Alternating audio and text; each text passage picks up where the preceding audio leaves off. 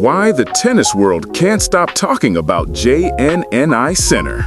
Lately, it feels like every microphone in tennis has had Jannik Sinner's name attached to it. From locker room chatter in Monte Carlo to press room debates in Madrid, the Italian has dominated the conversation just as completely as he has dominated the hard courts. We've heard unfiltered opinions, behind-the-scenes buzz about his form on clay, technical breakdowns of his game, and predictions about how far he can go this season. From the closing weeks of last year right up until this very moment, Sinner's narrative has been impossibly compelling. A story that mixes raw dominance, surface-specific question marks, and the kind of injury drama that turns a great player into a global headline. Some pundits believe he's already the best player of the new gen, even ahead of Carlos Alcaraz. Others insist he still has clear areas to improve before he can be called the standard-bearer of the post-Big Three era. And then there's Rafael Nadal, who weighed in with a take so spicy it deserves its own segment later in this video. Sinner pulled out of Madrid and then withdrew from Rome with a nagging hip injury. And that fitness cloud has only intensified the debate. Are the takes about his ceiling still valid when his body keeps interrupting his momentum? What makes the discussion so rich is who is doing the talking. We're not getting hot takes from random social media accounts. We're getting measured, experienced opinions from former world number ones, multi-slam champions, legendary coaches, and broadcasters who have watched generations of greats rise and fall. When Andy Roddick, Annacone, Martina Navratilova, John Lloyd, Rafael Nadal, Darren Cahill, Andre Agassi, Boris Becker, and Roger Federer all line up to share their views on the same player, you know that player has crossed a threshold. Sinner isn't a curiosity anymore. He's the central data point in any conversation about modern tennis. Before we dive into every single one of those takes, and trust us, the Rafa one is going to spark arguments, do us one small favor. If you love deep, honest, no-fluff tennis breakdowns like this, tap that subscribe button and join the Tennis Insider family.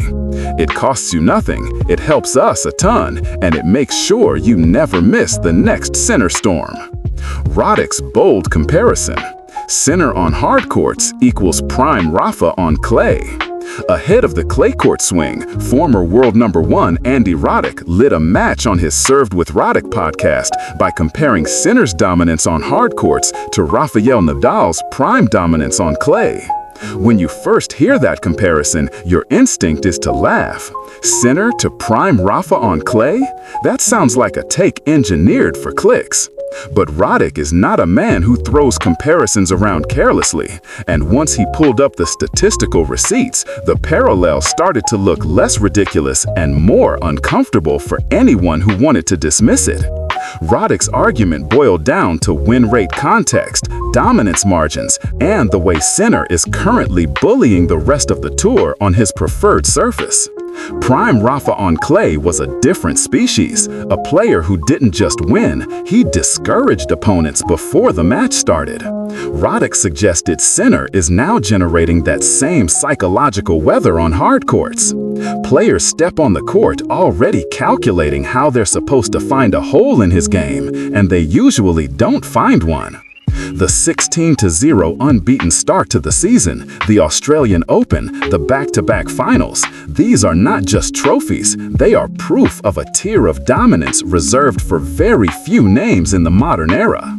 Of course, Roddick acknowledged the obvious caveat. Clay is statistically Sinner's worst surface. Apart from his UMAG title in 2022, Sinner has not won another ATP title on clay.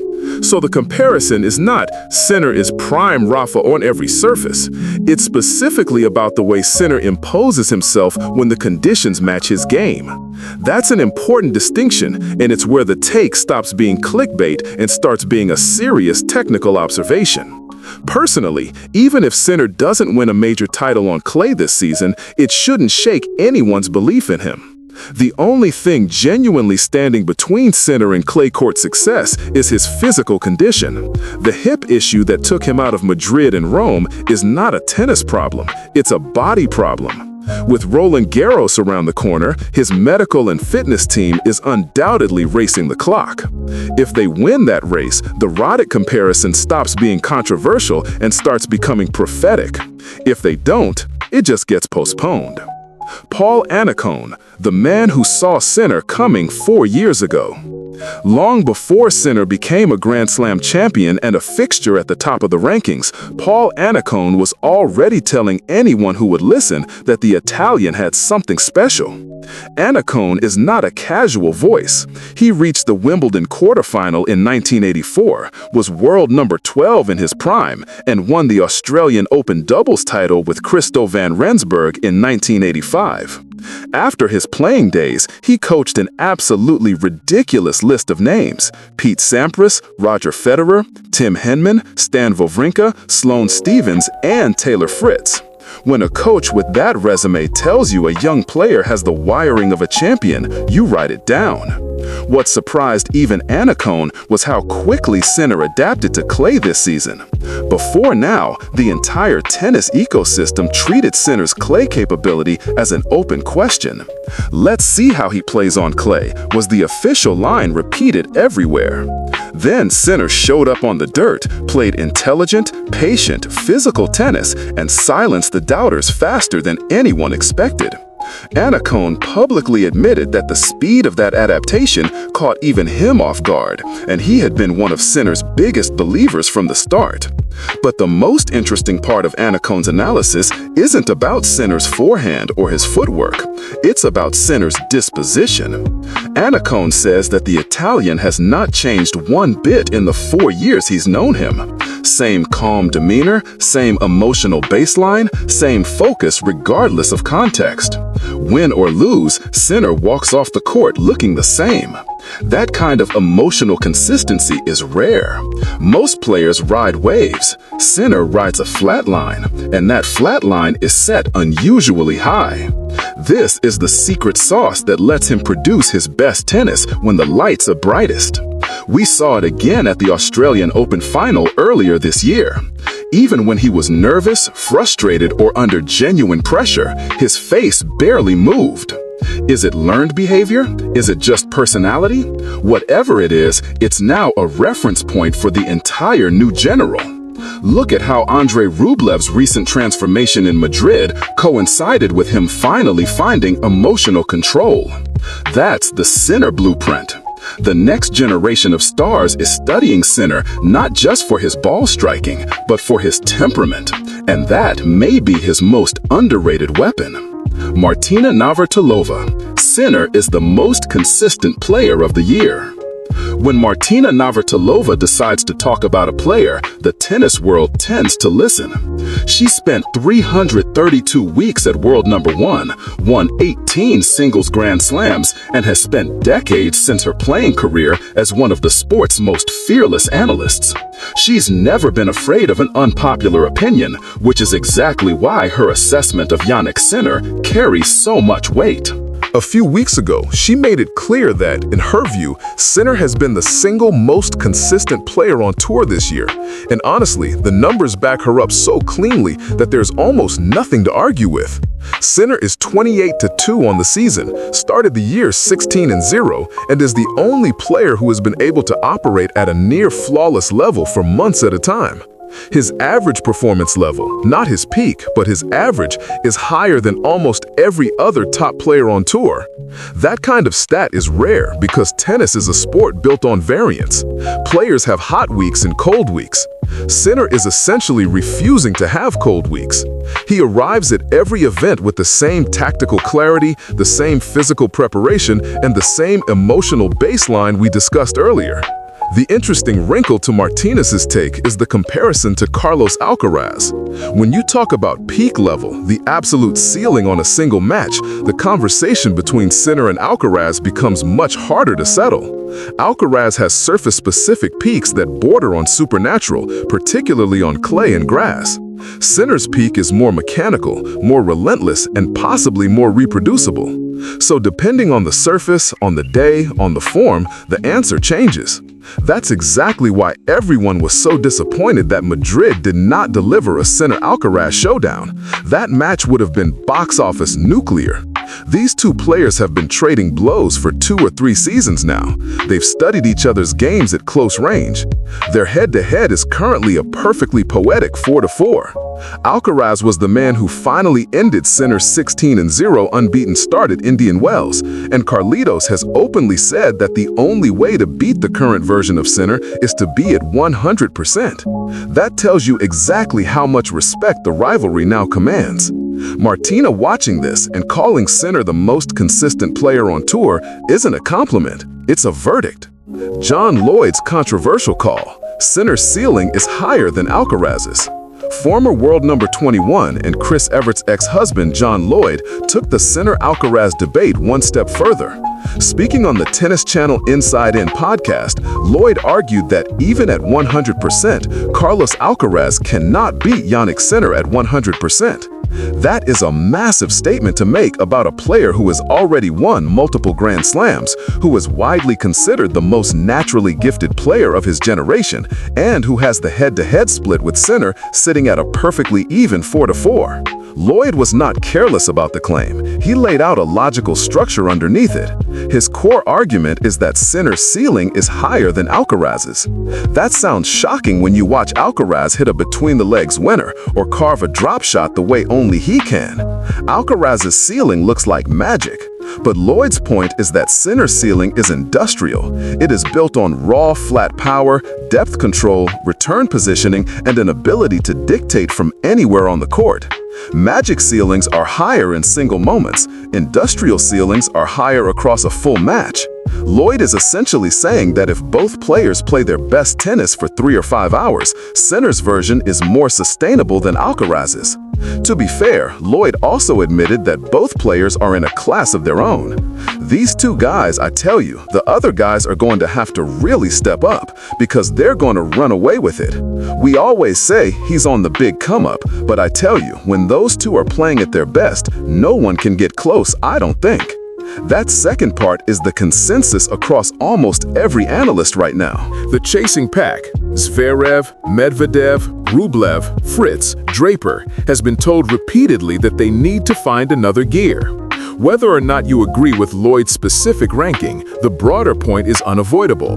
We've now reached a stage where the conversation is no longer about whether Sinner and Alcaraz are the future. It's about which one of them will define the era. That's a conversation reserved for a tiny handful of players in the entire history of the sport. And the fact that we're having it about 2 men still in their early 20s is the most exciting thing about tennis in 2025.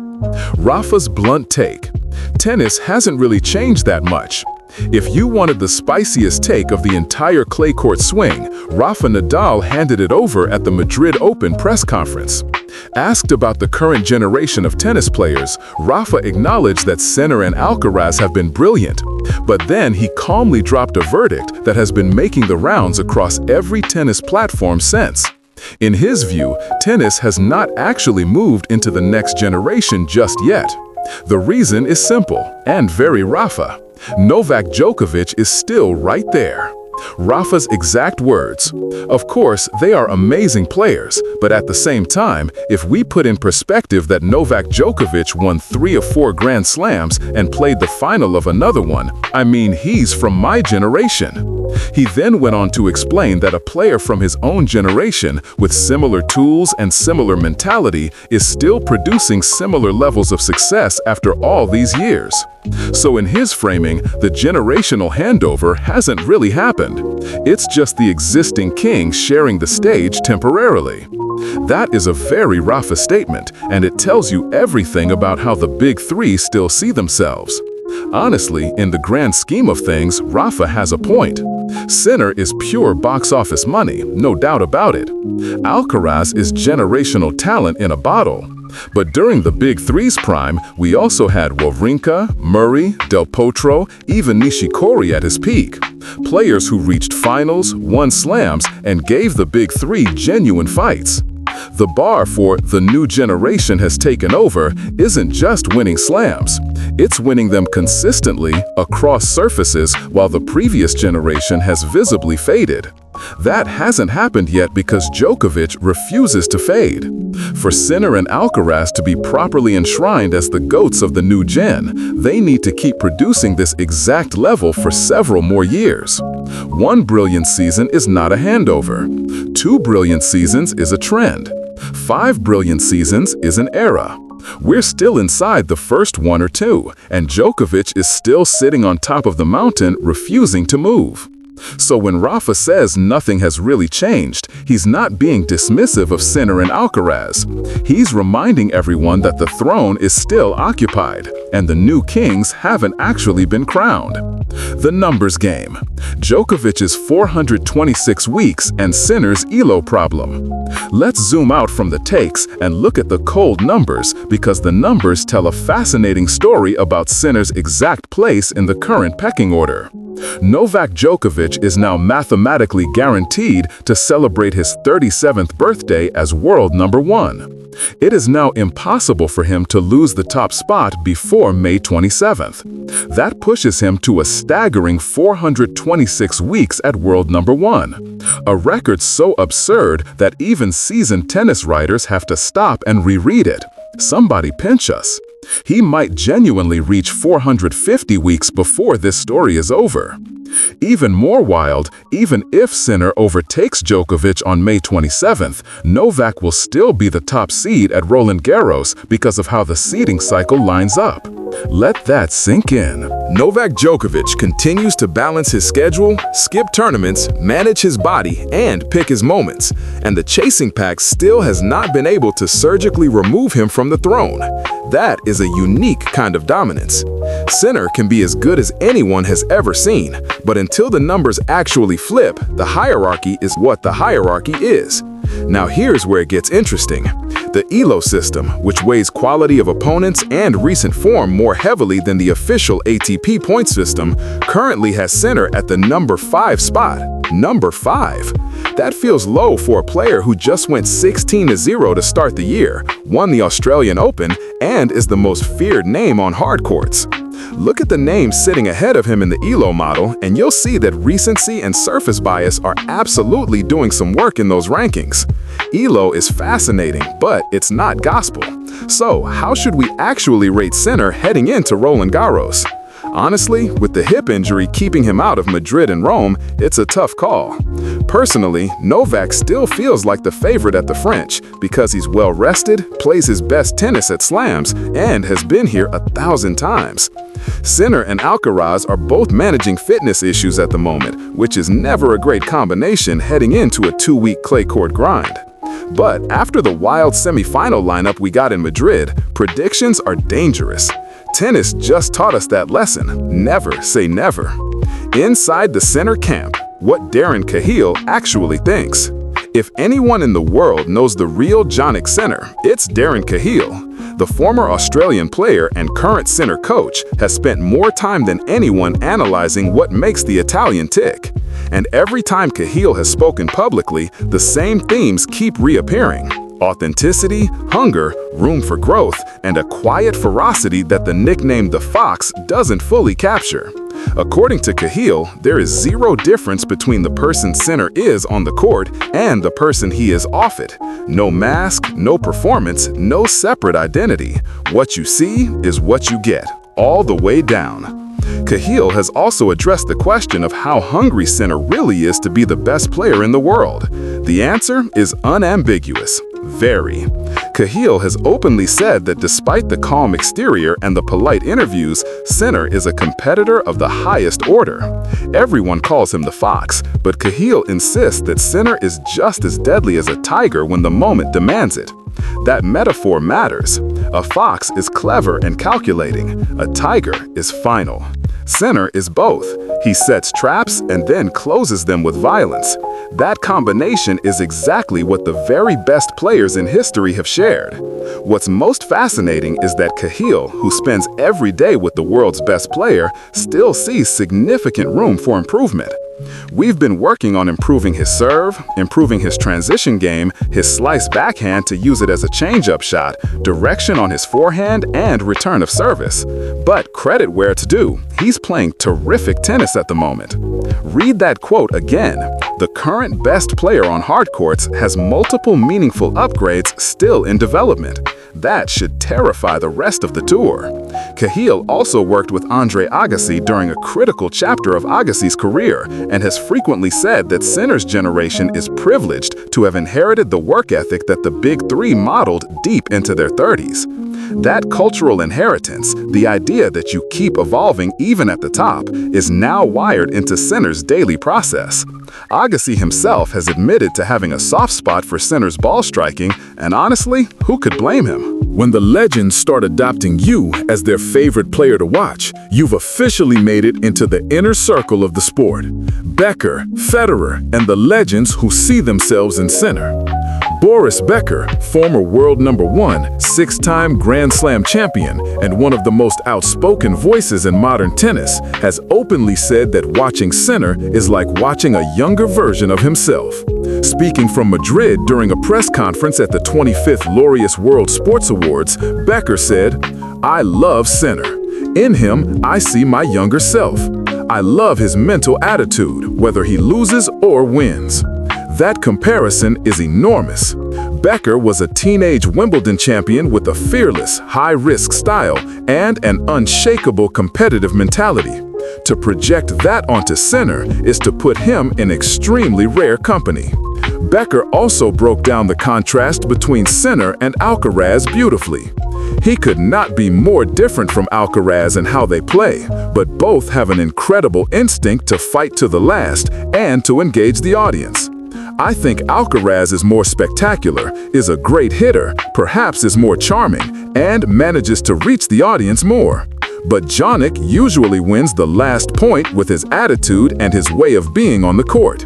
He has much more power than last year, it's incredible, and he knows how to play to the end and has an innate sense of competition. That is an extraordinary scouting report from one of the sharpest tennis minds alive. Then there's Roger Federer. The Swiss never got to face Sinner before retiring almost 2 years ago, but he was asked recently what would happen if he met Jannik in a professional match today. Federer's answer was as humble as it was telling. Well, right now, it would not be fair. He would be the big champion. Me, I would be chasing the balls. Coming from a 20-time Grand Slam champion, that is not false modesty. That's an honest acknowledgement of how high the level has climbed. Federer has chosen to cheer the new gen from the sidelines without putting them under unfair pressure. And that's exactly the right energy for the era. Even Sinner's peers can't help themselves. Nick Kyrgios joked after the Australian Open that he wanted Sinner to coach him so he could finally win a slam. Alex de Minaur, Novak Djokovic, Andy Murray, Alexander Zverev, Stan Wawrinka, every one of them saw the rise coming. And then there's Daniel Medvedev, who has now lost 5 straight matches to Sinner and is officially trapped inside a puzzle he can't solve. That's the Sinner effect. The final verdict: is Jannik Sinner overhyped or underrated? So, after all those takes, Roddick, Annacone, Navratilova, Lloyd, Nadal, Cahill, Agassi, Becker, Federer, and the rest of the locker room, what's the honest verdict on Jannik Sinner? In our opinion, he is absolutely not overhyped. The numbers, the dominance, the testimonials, the head-to-heads, the coach reports, and the eye test all line up in the same direction. Sinner is 28-2 on the year. His 16-0 start is one of the best openings to a season in ATP history, beaten only by the Big Three and Pete Sampras. That is not hype. That is a player operating at a tier that demands respect. Is he untouchable? No. Clay is still statistically his weakest surface. The hip injury that knocked him out of Madrid and Rome is a real concern heading into Roland Garros. Alcaraz is right there, evenly matched and equally dangerous. Djokovic is still on the throne, still mathematically out of reach for now. Sinner has work to do. Cahill himself has listed the areas. But the trajectory is unmistakable. Every storyline currently shaping men's tennis runs through the Italian, and every legendary voice in the sport has been pulled into the conversation about him. There are no right or wrong answers in this debate, and that's exactly what makes it so much fun. Some of you will agree with Roddick that Sinner's hard-court dominance echoes prime Rafa on clay. Some of you will side with Rafa that the generational handover hasn't really happened yet. Some of you will ride with John Lloyd's claim that Sinner's ceiling is higher than Alcaraz's. Others will roll your eyes at all of it and just enjoy the tennis. All of those positions are valid. The beauty of this era is that we get to watch the argument settle itself in real time, match by match, slam by slam. So, what do you think? Drop your honest opinion in the comments. Do you see Sinner reaching the semis, the final, or even lifting the trophy at Roland Garros? Whose take resonated with you the most, and which one made you scream at your screen? We read every single comment, and the best ones often shape our next breakdown. If this is the kind of detailed, honest tennis analysis you love, hit subscribe and ring the bell on Tennis Insider. It's how we keep the conversation alive together.